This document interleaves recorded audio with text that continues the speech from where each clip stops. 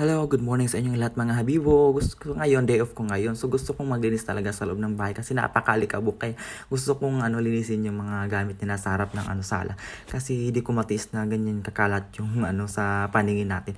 Kaya nagwawalis na lang muna ako, walis-walis lang, konting walis lang kasi hindi ko talaga kaya na makita yung mga alikabok dyan saka yung kalat sa loob ng bahay. Kaya yan, pinupunasan ko na yung mga upuan saka yung table. Saka ito ginulat ko na yung pusa namin siniwa. Tapos ayun, nagulat siya. Tapos tila natulala ata siya. Tapos may nahanap siya dun sa may bandang mga lagyan ng sapatos. Tila yung pagkain niya nahanap niya may pagkain naman siya.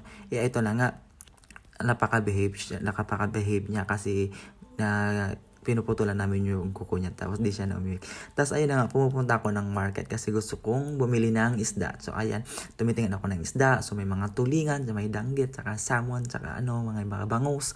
Ayun, nakabila ko ng gulay, tapos may sasahon ako dyan. Tapos pinirito ko na lang kasi takam na takam talaga ako sa pinirito. Tsaka may pansit, tapos may Chinese kangkong, tapos kumain ako dyan kasi gutom na talaga ka yung oras na yan. Yun lang, bye-bye!